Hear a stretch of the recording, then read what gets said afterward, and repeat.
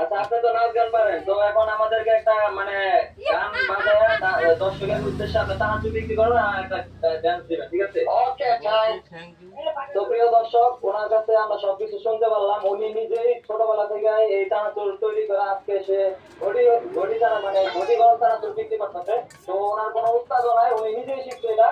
তো আজকে দেখবো উনি কিভাবে চানাচুর বিক্রি করে সেটাই। তো দাদা ভাই, আপনি চানাচুরটা বিক্রি করেন কিভাবে সেটা একটু দেখান দর্শককে। আচ্ছা,